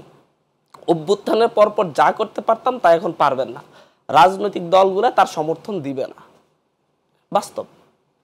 কারণ হচ্ছে এখন তো ডক্টর ইউনূস নেতৃত্ব দিয়েছে, কথা তো সেটা তাকে করতে হবে, আপনি করলে হবে না। আমাকে যদি আটকান তাহলে তো সমস্যা। অভ্যুত্থানের পরপর ফ্যাসিলিটি ব্যবস্থার পূর্ণাঙ্গ ভেঙে বিলোপ করে ফেলতে পারলে পারতাম, এখন চাইলে পারবো না, কারণ এখন রাজনৈতিক দলগুলো তার সমর্থন দিবে না। এখন যেটা আমি চাইলে কথা বলেছি, সে বলেছে যে এখন একটা সরকার ফর্ম করেছে, রিফর্ম করছে, সরকারের কথা সরকার করবে। সংবিধান রক্ষায় একটা কথা হচ্ছে, যদি কোনো সরকার গঠন হয় সেই সংবিধানকে সেই সংবিধান বাতিল করে নতুন সংবিধান রচনা করতে পারবে না, এমন কোন আইন কোন সংবিধান আছে বলে আমার জানা নেই। আমরা আসছি রাজনৈতিক দলগুলোকে একমত হচ্ছে কিনা, সরকারকে আপনি সবাই মিলে বলি একসাথে যে নতুন ভাবে করি, আপনারা তো বাধা দিচ্ছেন সরকারকে করার পর্যন্ত, সরকার টেবিল পর্যন্ত যেতে দিচ্ছেন না। কোনো উদ্যোগ নেয়নি সরকার। আমরা যখন হচ্ছে অভ্যুত্থানের প্ল্যাটফর্ম থেকে সবার সাথে কথা বলে সবাই মিলে সরকারের কাছে যেতে চেয়েছি, কিন্তু সবাই তো আসছে না। জি, আমরা জায়গা হচ্ছে আমি বলি অনৈক্য বাড়বে, কারণ অনৈক্য বাড়লে রাজনীতি দলগুলোর রাজনীতি টিকে। কারণ হচ্ছে অনৈক্য না বাড়াইলে যদি হচ্ছে আপনার পুরোপুরি যেই ব্যবস্থায় রাজনৈতিক দলগুলো গড়ে উঠেছে, গত 54 বছর যাবত রাজনৈতিক দলগুলো যেই ব্যবস্থায় রাজনীতি করে এসেছে, গত 54 বছর যাবত যেইভাবে এই দেশকে লুটপাট করে খাওয়া হয়েছে, সেই ব্যবস্থা ভেঙে দিলে রাজনৈতিক দলগুলো ভেঙে যাবে। এটাই বাস্তব। যার কারণে আজ পর্যন্ত ওনারা এই যে ফ্যাসিবাদী ব্যবস্থার বিলোপের কথা বারবার বলতে বলতে মুখে ফেনা উঠে ফেলছে। আপনি কোন রাজনৈতিক দলটার মুখ থেকে এই কথাটা শুনেছেন এই 5 আগস্টের পর থেকে? জি, আমরা কেন নতুন রাজনৈতিক বন্দোবস্তের কথা বলতে বলতে ফেনা উঠে ফেলেছে? রাষ্ট্র সংস্কারের আপনার দফা দেওয়া হয়, কিন্তু রাজনৈতিক ব্যবস্থা সংস্কারের কোনো দফা কোনো রাজনৈতিক দল দিয়েছে? জি, এই আলোচনায় মিলে বসতে হবে, বসে আপনাকে অবশ্যই সেই এক দফায় ফেরত যেতে হবে। সব রাজনৈতিক দল মিলে বসতে হবে যে আমাদের এক জায়গায় এসে বলতে হবে যে হাসিনা প্রশ্নে যেমন একমত ছিলাম, বাকি দুইটা অংশের ব্যাপারে আমরা একমত, আসেন সবাই মিলে কিভাবে করতে হয়। রাশেদ খানের কাছে আমি ফিরবো, তারপর আমরা সরকারের কাছে সবাই মিলে যাব যে আসেন আপনারা আমাদেরকে এগুলো দেন। জি, হান্নান মাসুদ আপনার কাছেও আলোচনায় যাব, রাশেদ খান আপনার কাছে জবাব শুনবো, তবে আবার একটা বিরতি থেকে ফিরে। প্রিয় দর্শক, নিচ্ছি ছোট্ট আরেকটা বিরতি, সঙ্গেই থাকুন। আবারও স্বাগত জানাচ্ছি মাই টিভি সংলাপ। প্রিয় দর্শক, কথা শুনছিলাম আব্দুল হান্নান মাসুদের, আমরা ফিরছি রাশেদ খান আপনার কাছে। প্রশ্ন নাই। আমি যে প্রশ্নগুলো এর আগে বলছিল যে রাজনৈতিক দলগুলো আপনারা একমত হতে পারছেন না, এখন যে এই যে বিপ্লবের চেতনা, সেই বিপ্লবের চেতনায় আপনারা একমত হতে পারছেন না, আপনারা রাজনৈতিক এজেন্ডা বাস্তবায়নের যে জায়গায় সেখানে একমত হচ্ছেন, কিন্তু জুলাই বিপ্লবের যে চেতনা, সেই চেতনার জায়গায় আপনারা পিছিয়ে পড়ছেন। এখন জুলাই বিপ্লবের চেতনা আসলে কি? এক দফার কথা বলছি, এক দফার কথা বলছি, এক দফা বাস্তবায়নে। জুলাই বিপ্লবের চেতনা আসলে কি এবং এই চেতনার ধারক বাহক কারা? চেতনা শব্দটা ইউজ করি নাই, এটা বারবার ভুল হচ্ছে। আমরা ঠিক আছে, চেতনা শব্দ তো খারাপ, পূর্ণাঙ্গ এক দফার কথা বলছি। ঠিক আছে, এখন জুলাই বিপ্লবের চেতনা আসলে কি, এই চেতনার রক্ষা কবচ আসলে কারা, কারা ধারক বাহক, আপনাকে সেটা আগে ঠিক করতে হবে। এখন এটি যদি শুধুমাত্র হয় যে বৈষম্যবিরোধী ছাত্র আন্দোলন তারা যা করবে সব বাকিরা মানবে, এই পরিস্থিতি এখন আর নাই। এখন যেটা করতে হবে, এখন প্রত্যেকটা উদ্যোগ এখন ডক্টর ইউনূসের মাধ্যমে আসতে হবে, এবং কারোর যদি কোনো প্রস্তাবনা থাকে সেটা কিন্তু ডক্টর ইউনূসকে জানাতে হবে। সেটা যদি বিএনপি উদ্যোগ নিয়ে সবার কাছে যায় তাহলে কিন্তু সবাই মানবে না, আবার বৈষম্য বিরোধী যারা রয়েছে তারা গেলে মানবে না, জাতীয় নাগরিক কমিটি গেলেও মানবে না, আমরা গেলেও মানবে না। একমাত্র ডক্টর ইউনূস যদি যে কোনো বিষয় তিনি মনে করেন যে আসলে এটা করা দরকার, তিনি যদি সবাইকে ডাকেন, আলোচনা করেন, তাহলে কিন্তু সেটি সম্ভব। যেটি মাসুদ নিজেও বলল যে এই মুহূর্তে আসলে সবাই একসাথে বসে ঠিক করতে হবে। তো সবাইকে একসাথে কে বসাবে? আপনি ডাকলে সবাই আসবে? আসবে না তো। একজন জাতির অভিভাবক এই মুহূর্তে রয়েছে, জি, সুতরাং সেই ডক্টর ইউনূসকে সমস্ত উদ্যোগ নিতে হবে। সুতরাং বৈষম্যবিরোধী ছাত্ররা তারা ইউনূসের কাছে যাক যে স্যার আমরা এটা চাই, আমাদের প্রস্তাবনা এইটা।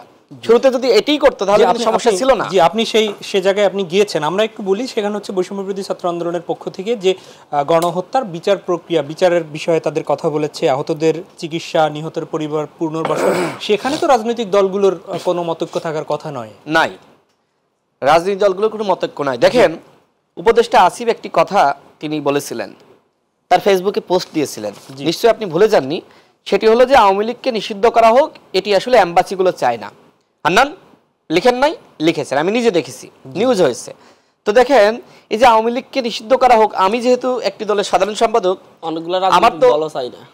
হ্যাঁ, আমি শেষ করি। আমি যেহেতু একটি দলের সাধারণ সম্পাদক, আমার যারা বিদেশি আপনার কমিউনিটি রয়েছে সবার সাথে মোটামুটি সাক্ষাৎ হয়, কথা হয়। তাদের কাছে আমি জিজ্ঞেস করেছি যে আসলে আপনারা কি চান। তারা কিন্তু নিষিদ্ধ চায় না, এটা সত্য। আসিফের কথা সত্য, আসিফ যেহেতু সরকারে আছে সে জানে। তো এই চাপ কিন্তু, বৈশ্বিক চাপ কিন্তু আপনার উপর রয়েছে। এবং সেই জায়গায় বিএনপির মতন বড় একটি দল, সেই দল কি বলবে আমরা আওয়ামী লীগের নিষিদ্ধ চাই? বলতে পারবে না। কিন্তু আবার আপনি যদি প্রাইভেট মিটিংয়ে বলেন বিএনপির নেতারা কি আওয়ামী লীগ আবার ফিরে আসুক এটা চাই, সব কথা তো আসলে প্রকাশ্যে বিএনপি বলতে পারে না, আপনাকে বুঝতে হবে। তো বিএনপি ক্ষমতায় গেলে কি আওয়ামী লীগকে আদর করবে? আপনার তাই মনে হয়? বিশ্বাস হয় এটা আপনার যে আওয়ামী লীগের নেতাদের ছাড় দিবে? এই 15 বছরে বিএনপি জামাতের নেতাকর্মীদেরকে গুম, খুন, অত্যাচার, নিপীড়ন করেছে। এখন বিএনপি কি ছাড়বে? জামাত ছাড়বে? ছাড়বে না। ক্ষমতা চেঞ্জ হোক, তারপর আপনি দেখেন কি অ্যাকশনে তারা যায়। আপনি তো ক্ষমতায় পালা পরিবর্তন হলে বিএনপি আওয়ামী লীগকে ছাড়বে কিনা তার সেটি পরের বিষয়। আমি আরেকটি বিষয় বলি, আমরা সাম্প্রতি সময় কিন্তু দেখছি যে যারা আপনারা ফ্যাসিবাদ বিরোধী আন্দোলনে ছিলেন, সেই বড় দলগুলোর মধ্যেও কিন্তু অনৈক্যর কথা দেখছি। যে আপনি বিরতির আগে প্রথমবার আপনি বলেছেন জামাত বিএনপি নিজেদের মধ্যে ঐক্য, এখন সেই স্বাধীনতা যুদ্ধ ৭১-এর ভূমিকা, এগুলো নিয়ে পাল্টাপাল্টি একটা একজন আরেকজনের বিরুদ্ধে কাদা ছোড়াছুড়ি চলছে। তো এই অবস্থায় অনৈক্যের জায়গাটা তো আওয়ামী বিরোধী শিবির যারা রয়েছেন তারাই তো ঐক্যটা ধরে রাখতে পারছেন না। দেখেন, আমাদের ভিতরে অনৈক্য থাকতে পারে, আলোচনা সমালোচনা আমরা করতে পারি, কিন্তু ভারত বিরোধিতা, ভারতের আগ্রাসন এবং হাসিনা বা এই ফ্যাসিজমের প্রশ্নে কিন্তু আমরা একমত। দেখেন, যখন মনে হচ্ছে ছাত্রলীগ কোথাও মিছিল করবে, সেক্ষেত্রে আমার বা হান্নানের মতাদর্শ কি, মত পার্থক্য কি, এটা কিন্তু আমরা ভাবতেছি না। কারণ আমিও বিপ্লবে ভূমিকা রেখেছি, সেও রেখেছে। আমরা সবাই কিন্তু এই জায়গাটা মনে করছি যে হাসিনা ফিরলে আমরা কেউ বাঁচতে পারবো না। কারণ বিএনপি কি মনে করে যে হাসিনা ফিরলে তারা আরামে থাকবে? হাসিনা ফিরলে তাদের ছাড়বে? বৈষম্যবিরোধী বাঁচতে পারবে না, আমরাও পারবো না, কেউ পারবো না। এই জায়গাটা মীমাংসিত। কিন্তু বাকি যে দলীয় এজেন্ডা, হান্নানরা তো ফেব্রুয়ারিতে দল গঠন করবে আমরা শুনতেছি, এটা সেই বলতে পারবে। সে যখন দল গঠন করবে তার একটা ঘোষণাপত্র থাকবে, সেখানে দফা থাকবে 20 দফা, 21 দফা, 24 দফা থাকবে শুনেছি, 24 সালের 24 দফা। সেই দফাগুলো কি আমার দফার সাথে, বিএনপি জামাতের সাথে মিলবে? মিলবে না। তার মতামত, চিন্তা, ছোটবেলা থেকে সে যে পরিবেশে বড় হয়েছে তার চিন্তা ওই রকম, সে ওই ধরনের চিন্তা করবে, ওই ধরনের আদর্শ লালন করবে। আমি এটা আমার সাথে তো নাও মিলতে পারে। আপনার কাছে আবার ফিরবো, আমি একটু হান্নান মাসুদ আপনার কাছেই আসি। জানতে চাই সেটি হচ্ছে প্রশ্ন যে আপনারা কি ফেব্রুয়ারিতে দল গঠন প্রক্রিয়া চূড়ান্ত করেছেন? এখানে আমরা বলতে হচ্ছে কি, এখানে একটা অংশ মানে হচ্ছে অভ্যুত্থানের নেতৃত্ব দানকারী একটা অংশ হয়তো একটি রাজনৈতিক দল গঠনের দিকে আগাচ্ছে। সেটা খুব কম সংখ্যকই হইতে পারে, মানে হচ্ছে অভ্যুত্থানের নেতৃত্বের জায়গা থেকে যাদের রাজনীতি করার ইচ্ছা তারাই মূলত ওই দিকে আগাবে। আর এখানে কয়েকটি বিষয় বলতেই হচ্ছে, আসলে প্রতিটি রাজনৈতিক দলেরই একটা এজেন্ডা থাকবে, রূপরেখা থাকবে, কর্মপরিধি থাকবে, এটা নিয়ে কারো কোনো প্রশ্ন নেই। সেই জায়গায় রাজনৈতিক দলগুলোর মধ্যে আলাদা আলাদা কথা হবে, একজন আরেকজনের বিরুদ্ধে কথা বলবে, সমালোচনা করবে, সেই জায়গায় আমরা একমত। কিন্তু একটা জায়গায় আমরা ঐক্যমত্য চেয়েছি, যেটার জন্য আমরা প্রক্লেমেশন চেয়েছি, যে হচ্ছে জুলাই গণঅভ্যুত্থানে 2000-এর বেশি মানুষ জীবন দিয়েছে, হাজার হাজার আহত হয়েছে, পা দিয়েছে, হাত দিয়েছে, চোখ দিয়েছে, একজন মুখ পর্যন্ত দিয়েছে, দেখেছেন। তো এরা কিসের জন্য দিয়েছে? আপনার এই যে প্রক্রিয়া, আমরা গন্তব্য এক, কিন্তু রাস্তাগুলো ভিন্ন হইতে পারে। আপনার এই যে আমি মাই টিভিতে এসেছি, এক পথে কি আসা যায় নাকি আরো কয়েকটা পথ দিয়ে আসা যায়, 4-5 রোড দিয়ে আসা যায়। তো রাজনৈতিক দলগুলো হচ্ছে প্রত্যেকের আলাদা আলাদা পথ থাকবে, কিন্তু উদ্দেশ্য গন্তব্য এক থাকবে। সেই গন্তব্যটা কি হবে সেটা সকলে মিলে বসে করার জন্য আমরা চেয়েছি জুলাই প্রক্লেমেশন, যে হচ্ছে এই প্রক্লেমেশনের মধ্যে থাকবে আগামীর দিনে প্রতিটি রাজনৈতিক দল এই জুলাই গণঅভ্যুত্থানের যে আকাঙ্ক্ষাগুলো, কি কি আকাঙ্ক্ষা হওয়া উচিত, সকলে মিলে যেহেতু এক দফার উপর ভিত্তি করে যে হচ্ছে তারা এই ধরনের একটা আকাঙ্ক্ষাগুলো তৈরি করবে, সেইগুলাতে তারা বাস্তবায়ন করবে। অন্য পথে করুক, যেই পথেই করুক, মানে হচ্ছে ঘুরে ফিরে সেই উদ্দেশ্যটা এক জায়গায়, ন্যাশনাল ইউনিটির জায়গা একটা কিন্তু থাকতে হবে। সেই ন্যাশনাল ইউনিটির জায়গা যখন আমরা তৈরি করার জন্য, ফিল্ড প্রস্তুত করার জন্য বলি, যখন একসাথে বসার জন্য বলি, তখন সেখানেই প্রশ্ন তোলে, তখন এটাই আমাদের কাছে কষ্ট লাগে। হান্নান মাসুদ, আমি এই বক্তব্য আপনার আমরা এই বক্তব্যের যে অন্য বক্তব্য রাশিদ খান তিনিও দিয়েছেন, আমি একটু ছোট্ট করে জানতে চাই, সেটি হচ্ছে আপনাদের এই বক্তব্যের মাঝে কিংবা এই ঘোষণাপত্রের বিরোধিতা, এর মাঝে কি গণহত্যার বিচার, আহতদের সুচিকিৎসা, নিহতদের পুনর্বাসন একটু ধামাচাপা পড়ে যাচ্ছে না? আমরা গণমাধ্যমে দেখতে পাচ্ছি যে সুচিকিৎসা, সেই এক পা না নিয়ে হসপিটালগুলোতে গিয়ে সঠিকভাবে সুচিকিৎসা পাচ্ছে না, সেই প্রক্রিয়া কি আপনারা একটু পিছনে ফেলে দিচ্ছেন? আপনার কাছে যদি মনে হয় যে হচ্ছে এই প্রক্রিয়াটা ধামাচাপা পড়ছে, আসলে হচ্ছে এই যে আহতগুলা সেদিন সেখানে গিয়ে বক্তব্য দিয়ে তারা তাদের আকাঙ্ক্ষার কথা বললো, তারা হাত ছাড়া আতিকগাজি গিয়ে তার আকাঙ্ক্ষার কথা বললো, তাহলে আপনার বুঝতে হবে আকাঙ্ক্ষাটা আমাদের না, ওই যে হসপিটালে বেডে যারা চিকিৎসারত আছে তাদেরও আকাঙ্ক্ষা। তারাও সেদিন অ্যাম্বুলেন্সে করে সেখানে গিয়েছে নিজে নিজে। এখন হচ্ছে তাদের আকাঙ্ক্ষা তারা শোনাচ্ছে, এরপর হচ্ছে সেখানে আপনি যখন শহীদ মিনারে আমাদের চাইতে আহতদের ইয়ার ব্যাপারে, চিকিৎসার ব্যাপারে, সুচিকিৎসার ভোকাল কারা, কে সবচাইতে বেশি ভোকাল? কিন্তু তারপর হচ্ছে না, আমরা সব জায়গায়, কারণ আপনার হচ্ছে না, কে বললো হচ্ছে না শব্দটা আসলে এই প্রবলেমেটিক। আমরা তো দেখতেছি হচ্ছে যখন হচ্ছে 22,000 আহতের তালিকা করা হয়েছে আনঅফিসিয়ালি, সে 22,000 আহতের মধ্যে আপনি যদি দেখেন যে হচ্ছে 200 বা হচ্ছে 100 জন যদি হচ্ছে আপনার ইয়ে করে, মানে আন্দোলন করে, তার মধ্যে ওই যে আহত একটা গ্রুপ আছে যে হচ্ছে ফারুক ভাইয়ের উপর হামলা করলো, তারাও হসপিটালে থাকতেছে। তারপরে এরাই কিন্তু আবার হচ্ছে বিভিন্ন আন্দোলনের নেতৃত্বে যে চিকিৎসা পাচ্ছি না, ইয়া করতেছি না। তো এদেরকে আপনি কেন হচ্ছে মানে হচ্ছে একদম হচ্ছে না বলে ফেলে দিচ্ছেন কেন? নিটোর, ফিজি, এরপর হচ্ছে আপনার বার্ন ইউনিট, এরপর হচ্ছে আপনার সোহরাওয়ার্দী মেডিকেল, প্রত্যেকটা জায়গায় আহতদের জন্য, এরপর হচ্ছে ইয়ার আপনার সেনাবাহিনীর যে হসপিটালটা, ওখানে চিকিৎসা তো হচ্ছে, এবং তাদের সিএমএইচে, তাহলে চিকিৎসা হচ্ছে না কোথায়?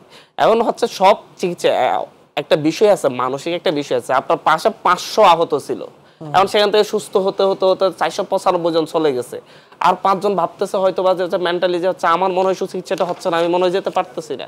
আপনি হসপিটালে যেখানে সিএমএইচে প্রায় 2000-এর বেশি আহত ইয়ে ছিল, আপনার অ্যাডমিটেড ছিল, তো সেখানে এখন আহত কতজন আছে? 10-20 জন। মানে তাহলে বিষয়টা হচ্ছে চিকিৎসাগুলো তো হচ্ছে আসলে, এবং হচ্ছে সুচিকিৎসা নিয়ে এবং অনেককে বিদেশে পাঠানো হচ্ছে। যেমন হচ্ছে একজনের ব্যাপারে কালকে আমরা আলাপ করতেছিলাম, যে হচ্ছে আমরা কিন্তু আমাদের কাছে যতগুলো বিষয় আছে আমরা আলাপ করি, জুলাই ফাউন্ডেশনকে জিজ্ঞাসা করি যে হচ্ছে রাশিয়াতে একজনের চিকিৎসাকে ইয়ে করতে হবে, চিকিৎসার ব্যবস্থা করতে চেষ্টা করতে, হয়েছে। রাশিয়া থেকে যেখানে চিকিৎসা নিতে হবে সেখানে মার্চের আগ পর্যন্ত সিরিয়াল পাচ্ছে না সরকার, চেষ্টা করতেছে। ঠিক আছে, তাহলে তখন ওর মনে হয় যে মনে হয় সরকার চেষ্টা করতেছে না, এত দেরি কেন হবে? আপনারা তো প্রক্রিয়াগুলো জানেন, দেখেন বেগম জিয়া মুক্তি পেয়েছে, বেগম জিয়ার মতো একজন মানে বাংলাদেশের একজন সাবেক প্রধানমন্ত্রীকে বিদেশে নেওয়ার জন্য কয় মাসের প্রক্রিয়া লাগছে। জি, আমি আলোচনায় আপনার কাছে আবার ফিরবো। আমি একটু জানতে চাই, আমার হাতে খুব সময় বেশি নেই, রাশেদ খান আপনি নিশ্চয়ই দেখেছেন, সেটি হচ্ছে যে বিডিআর হত্যাকাণ্ডর তদন্ত নিয়ে একটি কমিশন হয়েছিল। কমিশন প্রধান আজকে বলেছেন দেশ বিদেশি ষড়যন্ত্রকারীরাই বিডিআর হত্যাযজ্ঞ চালিয়েছে, এটি কোনো আসলে কোনো ছিল না, বিদ্রোহ ছিল না। প্রয়োজনে এর জন্য শেখ হাসিনাকে ভারত গিয়ে জিজ্ঞাসাবাদ করার অনুমতি তারা চাইবে। এটি নিয়ে আপনার পর্যবেক্ষণ? আমার মনে হয় তার বলা দরকার ছিল যে শেখ হাসিনাকে বাংলাদেশে ফিরিয়ে আনেন, আমরা শেখ হাসিনাকে জিজ্ঞেস করব।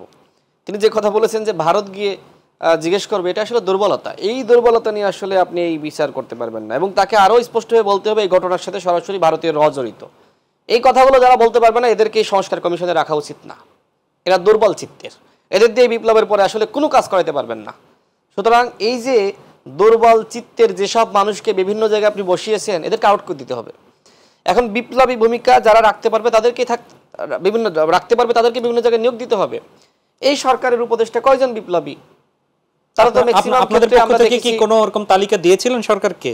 না, আমাদের কাছে কারোর কাছে তালিকা চাওয়া হয়নি। তারা ছাত্ররা নিজেদের পছন্দের একটি তালিকা তৈরি করে তারা সরকার গঠন করেছে। এই ক্ষেত্রে রাজনৈতিক দলগুলোর মতামতটা আসলে উপেক্ষিত ছিল, সেই জন্যই তো সমালোচনা। কারণ দেখেন, ডক্টর ইউনূস নুরুল কবির ভাইয়ের কাছে যে সাক্ষাৎকার দিয়েছে, সেইখানে তিনি তার নিজের দুর্বলতা এবং তার ব্যর্থতা স্বীকার করেছেন। আমি মনে করি যে এটা তার উদারতা। কিন্তু আপনাকে মাথায় রাখতে হবে যে রাষ্ট্র পরিচালনা আসলে কোনো উদারতা দিয়ে চলে না। এখানে প্র্যাকটিসের বিষয়, এখানে অভিজ্ঞতার বিষয়, এখানে সাহসের বিষয়। সাহস অভিজ্ঞতার ঘাটতি থাকলে আমি মানে ওই যে কি বলে না, প্রস্তুতি ম্যাচ খেলছি, প্রস্তুতি ম্যাচ খেলে আসলে রাষ্ট্র চালানো যায় না, যে আমি দেখতেছি পারি কিনা, এইভাবে আসলে হয় না। রাষ্ট্র পরিচালনা করতে হয় ডাইহার্ট, একদম হৃদয় দিয়ে, অন্তর দিয়ে, সাহস দিয়ে। সেইটা আসলে উপদেষ্টাদের মধ্যে ঘাটতি। হান্নানরা যে আক্ষেপ করতেছে, এই আক্ষেপ আমাদেরও। রাষ্ট্র সংস্কার না হলে কি আমরা কেউ ভালো থাকবো? আবার যদি সেই হাসিনার মতন পরিবেশ ফিরে আসে, এটা কি ভালো হবে? আমরা বিশ্ববিদ্যালয় থেকে পড়াশোনা করেছি, এই প্রজন্মে আমরা রাজনীতি করছি, আমরা কি নোংরামি, হানাহানি, মারামারির জন্য? আমি তো আমার জীবনে কখনো কারোর মাথায় একটা চর মারি নাই, কারোর গালে একটা থাপ্পড় মারি নাই। আমার বিরুদ্ধে আমার হলে সূর্য সোনালে খোঁজ নেন, কোন একটা হল থেকে ফাও খায়নি, কারোর কাছে ধান নিয়ে এমন নয় যে 4 টাকা মেরে দিয়েছে। আমরা কি চাই? হান্নানও যা চাই আমিও তাই চাই। কথা হলো, আমি যখন দল গঠন করেছি, আমার দলের একটা স্বার্থ আছে, আমার দলের একটা কর্মসূচি আছে, আমার দলের লক্ষ্য উদ্দেশ্য আছে। এখন এই যে আমার সাথে হান্নানের না মিললে যে আমি খারাপ, এমন কেন হবে? হান্নানের আদর্শ আলাদা, আমার আদর্শ আলাদা, কিন্তু কিছু কিছু ক্ষেত্রে এক থাকায় কিন্তু জাতীয় স্বার্থ। এখন কথা হলো, জাতীয় স্বার্থ এবং সংহতি আসলেই এই ক্ষেত্রে স্বার্থের বিষয়। আমরা একদমই, আমি শেষ করি, 1 মিনিটে শেষ করি। এখন এটা আসলে পাবো না, এই স্বার্থ আসলে, এই স্বার্থ এই সরকার দিবে, আপনাকে দিবে না। আমার হাতে সময় কম, আমি একটু আলোচনা যেতে চাই। আজকে জানেন যে এই আলোচনা মনে হয় আপনার শেষ করতে পেরেছেন। বেগম খালেদা জিয়া দীর্ঘদিন পরে চিকিৎসায় দেশের বাইরে যাচ্ছে, আপনার আকাঙ্ক্ষার কথা শুনতে চাই। খালেদা জিয়াকে আমি দেখলাম বৈষম্যবিরোধী ছাত্র আন্দোলনের নেতারা, নাগরিক কমিটির নেতারা, তারা খুব শ্রদ্ধা করে, এটা খুব ভালো লেগেছে। এই যে শ্রদ্ধা, একজন জাতীয় নেতার প্রতি শ্রদ্ধা, এটা কিন্তু থাকা দরকার। তো খালেদা জিয়ার সুচিকিৎসার জন্য অন্তর্বর্তীকালীন সরকারের মাননীয় প্রধান উপদেষ্টা যে উদ্যোগ নিয়েছে, এটাকে আমরা স্যালুট জানাই। এটি দরকার ছিল। হাসিনার সবথেকে বড় ভুল সেটি হলো খালেদা জিয়াকে জেলে রাখা। আজকে যে পতন হয়েছে না, এই একটা কারণে কিন্তু পতন হয়েছে। বিএনপির নেতাকর্মীরা কিন্তু সর্বোচ্চ দিয়ে লড়াই করেছে যে তাদের নেত্রীকে এইভাবে জেলে রাখা হয়েছে। অনেক ধন্যবাদ হান্নান মাসুদ। না, আমি একটা বিষয় হচ্ছে আজকে এখানে এসে আমার রাশেদ ভাইয়ের এটা নিয়ে মাঝে মধ্যে কনফিউজড হয়েছে। আজকে এই পুরো টক শোতে রাশেদ ভাই গণ অধিকার পরিষদের নিয়ে কথা বলার চাইতে বিএনপি নিয়ে কথা বলা। আমাকে প্রশ্ন করলো খালেদা জিয়াকে নিয়ে, আমি কেমনে গণ অধিকার পরিষদ থেকে আগের টপিকে দেখেছেন যতবারই যে বিএনপি, আমি তো আমার দলের কথা বলছি, আমার দলের কথা ভাই দিয়ে গেছে। আমি গণ অধিকার পরিষদের ক্রেডিট দিবে বেশি, যেহেতু গণ অধিকার পরিষদের সেক্রেটারি জেনারেল এখানে বসা, আমি সেই আশাটা করেছিলাম। আমি যদি উত্তরবঙ্গে চলে যাই, দক্ষিণবঙ্গে এটা তো হয় না, একদমই আমরা সময় পাবো না। আমি আপনারা আমাদের মুখপাত্র ভালো শেষ হয়ে যাচ্ছে, হামলা করলে এই বিষয়ে কিন্তু আপনারা আব্দুল হান্নান মাসুদ বিপ্লব মানে রাশেদ ভাইকে মাঝে মধ্যে খুব বিপ্লবী, আবার মাঝে মধ্যে রাশেদ ভাইয়ের মধ্যে একটা কন্ট্রাডিক্টরি দেখি যাচ্ছে না, আমি রাজনীতিবিদ, আমি বিপ্লবী হতে পারি না একবার বললো, আবার আইসে যাচ্ছে বিপ্লবী হতে হবে স্পিরিট ধারণ করে। এরপর হচ্ছে ভারতের বিরুদ্ধে ডিরেক্ট নাম ধরে বলতে হবে। সংস্কার কমিশন যদি সংস্কার শেষ করার আগেই নাম ধরে সব বলে দেয়, তাহলে তো এই সংস্কার কমিশনের নিয়েই প্রশ্ন উঠবে যে উদ্দেশ্য প্রণোদিতভাবে তারা এটা করছে, প্রশ্ন উঠবে না। রাশিদ ভাই এটা অন্তত একটু বোঝার দরকার ছিল। আর পাশাপাশি হচ্ছে বেগম জিয়ার ব্যাপারটা, বেগম জিয়া বাংলাদেশের জন্য একটা ইতিহাস, উনি ইতিহাস হয়ে থাকবেন, সকলের কাছ থেকে শ্রদ্ধা। উনি সুস্থ হয়ে বাংলাদেশের রাজনীতিতে ফিরে আসবেন। এদেশের মানুষকে এখনো বেগম জিয়ার অনেক কিছু দেয়ার আছে, আমরা বেগম জিয়ার জন্য দোয়া করি এবং ওনার প্রতি শ্রদ্ধা। অনেক অনেক ধন্যবাদ আব্দুল হান্নান মাসুদ, অসংখ্য ধন্যবাদ রাশিদ খান, আপনাদের দুজনকে। প্রিয় দর্শক, এই ছিল আমাদের আজকের আয়োজন, দেখা হবে পরবর্তীতে। আমরাও আসলে আলোচকদের সাথে মনে করি অনৈক্য দূর করে ঐক্যবদ্ধ জাতি গড়তে আসুন, যার যার জায়গা থেকে ভূমিকা পালন করি, সেই ভূমিকা সবাই পালন করবে বিশ্বাস রাখি। আর আমরাও প্রার্থনা দোয়া করছি বেগম খালেদা জিয়া সুস্থ হয়ে আবার বাংলার মাটিতে ফিরে আসুক, নেতৃত্ব দেন তিনি। একই সাথে সবশেষে শক্তিমান অভিনেতা প্রবীণ মিত্রের চলে যাওয়া, তার রুহের আত্মার মাগফিরাত কামনা করে শেষ করছি আমাদের আজকের মাই টিভি সংলাপ। আল্লাহ হাফেজ।